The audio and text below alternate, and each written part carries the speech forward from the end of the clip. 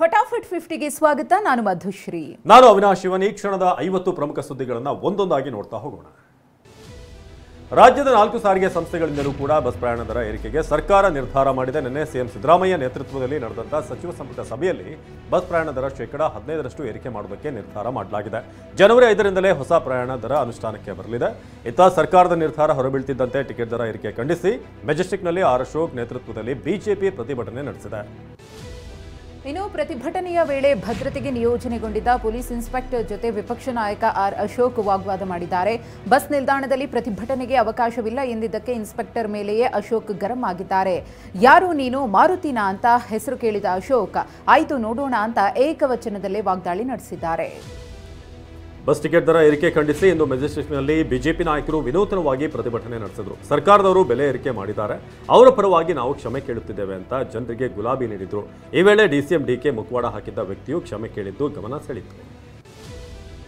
BJP ಪ್ರತಿಭಟನೆಗೆ ಸಾರಿಗೆ ಸಚಿವ ರಾಮಲಿಂಗಾರೆಡ್ಡಿ ತಿರುಗೇಟು ಕೊಟ್ಟಿದ್ದಾರೆ. ಟಿವಿ9 ಜೊತೆ ಮಾತನಾಡಿದ ರಾಮಲಿಂಗಾರೆಡ್ಡಿ, ಬಿಜೆಪಿಯವರು ಸಾಲ ಇಟ್ಟು ಹೋಗಿ ಮೊಸಳೆ ಕಣ್ಣೀರು ಹಾಕ್ತಿದ್ದಾರೆ. ನಿಮ್ಮ ಅಧಿಕಾರಾವಧಿಯಲ್ಲಿ ಬೆಲೆ ಏರಿಕೆ ಮಾಡಿದಾಗ ರಾಜ್ಯದ ಜನರಿಗೆ ತೊಂದರೆ ಆಗಿರಲಿಲ್ವಾ ಅಂತ ಪ್ರಶ್ನಿಸಿದ್ದಾರೆ. 2023ರಲ್ಲಿ 5,900 ಕೋಟಿ ಸಾಲ ಬಿಟ್ಟು ಹೋಗಿದ್ದೀರಿ ಅಂತ ಕಿಡಿಕಾರಿದ್ದಾರೆ. ಬೆಲೆ ಏರಿಕೆಗೆ ಸಾರಿಗೆ ಸಚಿವರು ಉತ್ತರ ಕೊಡಬೇಕು ಅಂತ ಸರ್ಕಾರದ ವಿರುದ್ಧ ಸಂಸದ ಜಗದೀಶ್ ಶೆಟ್ಟರ್ ವಾಗ್ದಾಳಿ ನಡೆಸಿದ್ದಾರೆ. ಹುಬ್ಬಳ್ಳಿಯಲ್ಲಿ ಮಾತನಾಡಿದ ಜಗದೀಶ್ ಶೆಟ್ಟರ್, ಸರ್ಕಾರದ ದುರಾಡಳಿತಕ್ಕೆ 4 ನಿಗಮಗಳು ನಷ್ಟದಲ್ಲಿವೆ. ದರ ಏರಿಸೋದು ಬಿಟ್ಟು ಸರಿಯಾಗಿ ಆಡಳಿತ ಮಾಡಿ. ಸರ್ಕಾರ ಬಂದ ಮೇಲೆ ಭ್ರಷ್ಟಾಚಾರ ಜಾಸ್ತಿ ಆಗಿದೆ ಅಂತ ಆಕ್ರೋಶ ಹೊರಹಾಕಿದ್ದಾರೆ. ರಾಜ್ಯದಲ್ಲಿ ಬಸ್ ಪ್ರಯಾಣ ದರ ಏರಿಕೆಗೆ ಕೇಂದ್ರ ಸಚಿವ ಎಚ್.ಡಿ. ಕುಮಾರಸ್ವಾಮಿ ಕಾಂಗ್ರೆಸ್ ಸರ್ಕಾರದ ವಿರುದ್ಧ ಕಿಡಿಕಾರಿದ್ದಾರೆ. ಈಗಿನ ಬೆಳವಣಿಗೆಗಳು ಅಚ್ಚರಿ ತರುವುದಿಲ್ಲ. ಬಹುಶಃ ಜನರು ಸಹ 2-3 ದಿನಗಳಲ್ಲಿ ಮರಿತಾರೆ. ಸರ್ಕಾರ ಸಾರ್ವಜನಿಕರ ತೆರಿಗೆ ಹಣವನ್ನು ದುರ್ಬಳಕೆ ಮಾಡಿಕೊಂಡಿದೆ ಅಂತ ವಾಗ್ದಾಳಿ ನಡೆಸಿದ್ದಾರೆ. ರಾಜ್ಯ ಕಾಂಗ್ರೆಸ್ನಲ್ಲಿ ಮತ್ತೆ ನಾಯಕತ್ವ ಬದಲಾವಣೆ ಕೂಗು ಎದ್ದಿದೆ. ನಿನ್ನೆ ರಾತ್ರಿ ಸತೀಶ್ ಜಾರಕಿಹೊಳಿ ನಿವಾಸದಲ್ಲಿ ಡಿನ್ನರ್ ಪಾರ್ಟಿ ಆಗಿದ್ದು ಖುದ್ದು ಸಿಎಂ ಸಿದ್ದರಾಮಯ್ಯ ಭಾಗಿಯಾಗಿದ್ದರು. ಡಿಸಿಎಂ ಡಿಕೆ ಶಿವಕುಮಾರ್ ವಿದೇಶ ಪ್ರವಾಸದ ಹೊತ್ತಲ್ಲೇ ಡಿನ್ನರ್ ಪಾರ್ಟಿ ನಡೆಸಿರುವುದು ಕುತೂಹಲಕ್ಕೆ ಕಾರಣವಾಗಿದೆ. ಏನೋ ಪಾರ್ಟಿ ನೆಪದಲ್ಲಿ ಕೆಪಿಸಿಸಿ ಗಾದಿ ಸಂಪುಟ ಪುನರಚನೆ ಬಗ್ಗೆಯೂ ಕೂಡ ಚರ್ಚೆ ನಡೆದಿದೆ ಎನ್ನಲಾಗಿದೆ. ಇದೇ ವಿಚಾರವಾಗಿ ಸಿಎಂ ಸಿದ್ದರಾಮಯ್ಯ ದೆಹಲಿಗೆ ತೆರಳಲು ಸಿದ್ಧರಾಗಿದ್ದಾರೆ ಎನ್ನಲಾಗಿದೆ. ಡಿನ್ನರ್ ಪಾರ್ಟಿ ಬಗ್ಗೆ ಬೆಳಗಾವಿಯಲ್ಲಿ ಮಾತನಾಡಿದ ಸಚಿವ ಸತೀಶ್ ಜಾರಕಿಹೊಳಿ, ನಿನ್ನೆ ಕ್ಯಾಬಿನೆಟ್ ಬಳಿಕ ಸಡನ್ ಆಗಿ ಮೀಟಿಂಗ್ ಫಿಕ್ಸ್ ಆಯಿತು. ರಾಜಕೀಯ ಸಂಘಟನೆ ಬಗ್ಗೆ ಸ್ವಾಭಾವಿಕವಾಗಿ ಚರ್ಚೆಯಾಗುತ್ತೆ. ಕೆಪಿಸಿಸಿ ಅಧ್ಯಕ್ಷರನ್ನ ಸಿಎಂರನ್ನ ಯಾರು ಚೇಂಜ್ ಮಾಡ್ತಾರೋ ಗೊತ್ತಿಲ್ಲ. ಈಗ ಒಬ್ಬರಿಗೆ ಒಂದೇ ಹುದ್ದೆ ಅಂತ ಮಾಡಿದ್ದಾರೆ. ಸದ್ಯ ಡಿಕೆ ಶಿವಕುಮಾರ್ ಅಧ್ಯಕ್ಷರಿದ್ದಾರೆ ಅಂತ ಹೇಳಿದ್ದಾರೆ. 5 ವರ್ಷ ಸಿದ್ದರಾಮಯ್ಯನವರೇ ಸಿಎಂ ಆಗಿರ್ತಾರಾ ಎಂಬ ಪ್ರಶ್ನೆಗೆ ಬೆಳಗಾವಿಯಲ್ಲಿ ಸಚಿವ ಮಹದೇವಪ್ಪ ಉತ್ತರಿಸಿದ್ದಾರೆ. ಈಗ ಸಿದ್ದರಾಮಯ್ಯನವರು ಸಿಎಂ ಆಗಿದ್ದಾರೆ, ಅವರೇ ಮುಂದುವರಿತಾರೆ. ಈ ವಿಚಾರದಲ್ಲಿ ಪದೇ ಪದೇ ಪ್ರಶ್ನೆ ಯಾಕೆ ಅಂತ ಕೇಳಿದರು.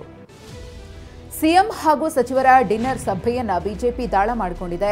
ಇದು ಸಿಎಂ ಹಾಗೂ ಡಿಸಿಎಂ ಮಧ್ಯೆ ತಿಕ್ಕಾಟ ಅಂತ ಬಿಜೆಪಿ ಬಣ್ಣಿಸಿದೆ. ಡಿಸಿಎಂ ಡಿಕೆ ಶಿವಕುಮಾರ್ ಬಿಟ್ಟು ಕಾಂಗ್ರೆಸ್ ನಾಯಕರು ಡಿನ್ನರ್ ಪಾರ್ಟಿ ಮಾಡಿದ್ದಾರೆ. ಡಿಕೆ ಬೆಕ್ಕು ಕೊಂದಿದ್ದಾರಾ, ಅವರನ್ನೇಕೆ ಕರೆದಿಲ್ಲ ಅಂತ ಕೇಂದ್ರ ಸಚಿವ ಪ್ರಹ್ಲಾದ್ ಜೋಶಿ ಟಾಂಗ್ ಕೊಟ್ಟಿದ್ದಾರೆ.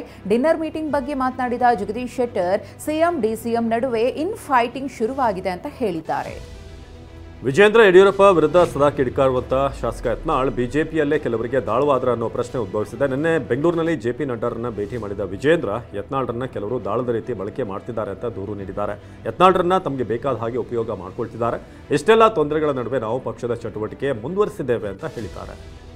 ಶಿವಾನಂದ ಸರ್ಕಲ್ ಬಳಿ ಇರುವ ರಾಜ್ಯ ಬಿಜೆಪಿ ಅಧ್ಯಕ್ಷ ಬಿವೈ ವಿಜಯೇಂದ್ರ ಮನೆ ಮುಂದೆ ಕಾಂಗ್ರೆಸ್ ಕಾರ್ಯಕರ್ತರು ಧರಣಿ ನಡೆಸಿದ್ದಾರೆ. ಮನೆಗೆ ಮುತ್ತಿಗೆ ಹಾಕಿ ಪೋಸ್ಟರ್ ಅಂಟಿಸಲು ಯತ್ನಿಸಿದ್ದಾರೆ. ಕಾಂಗ್ರೆಸ್ ನಾಯಕರ ವಿರುದ್ಧ ಸುಳ್ಳು ಆರೋಪ ಮಾಡುತ್ತಿದ್ದಾರೆಂದು ಆಕ್ರೋಶ ವ್ಯಕ್ತಪಡಿಸಿದ್ದಾರೆ. ಪ್ರತಿಭಟನಾ ನಿರತರನ್ನ ಪೊಲೀಸರು ವಶಕ್ಕೆ ಪಡೆದಿದ್ದಾರೆ.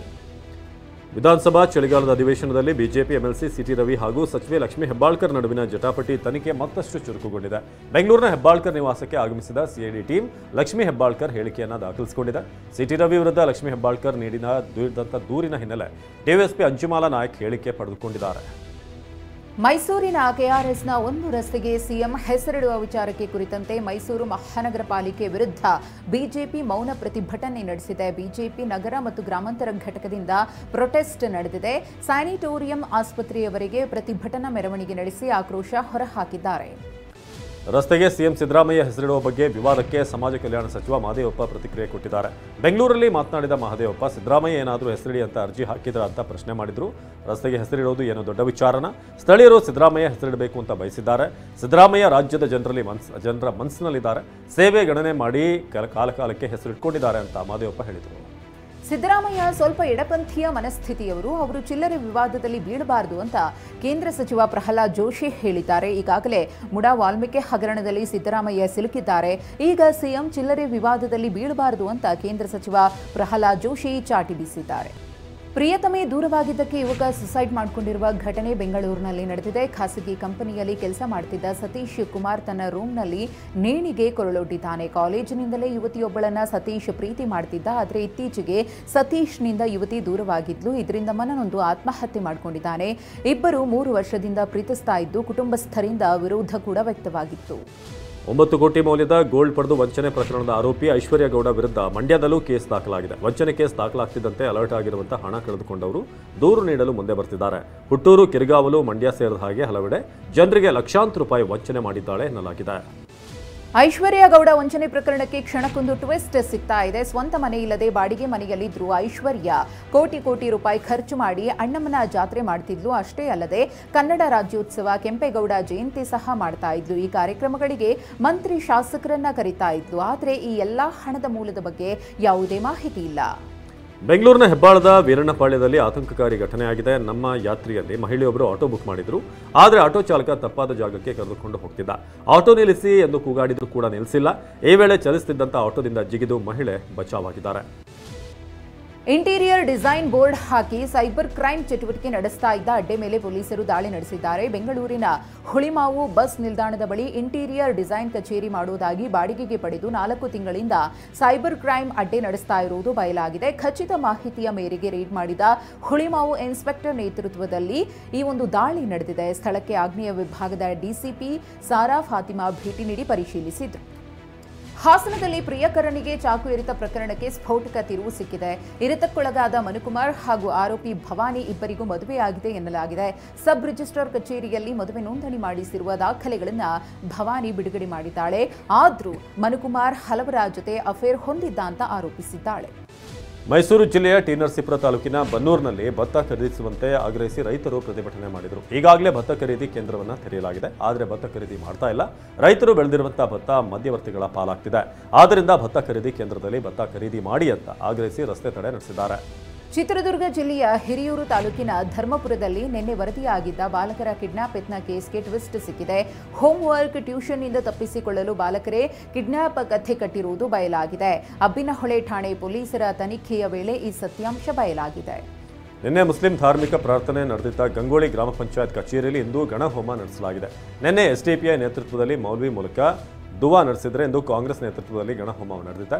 ಎಸ್ಡಿಪಿಐ ಜೊತೆಗಿನ ಮೈತ್ರಿ ಮೂಲಕ ಕಾಂಗ್ರೆಸ್ ಸದ್ಯ ಅಧಿಕಾರ ಪಡೆದಿದೆ.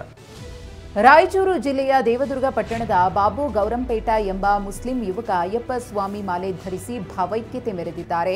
ಬಾಬು ಗೌರಂಪೇಟ ಕಳೆದ 10 ವರ್ಷದಿಂದಲೂ ಮಾಲೆ ಧರಿಸಿ ಶಬರಿಮಲೆಗೆ ತೆರಳುತ್ತಿದ್ದಾರೆ.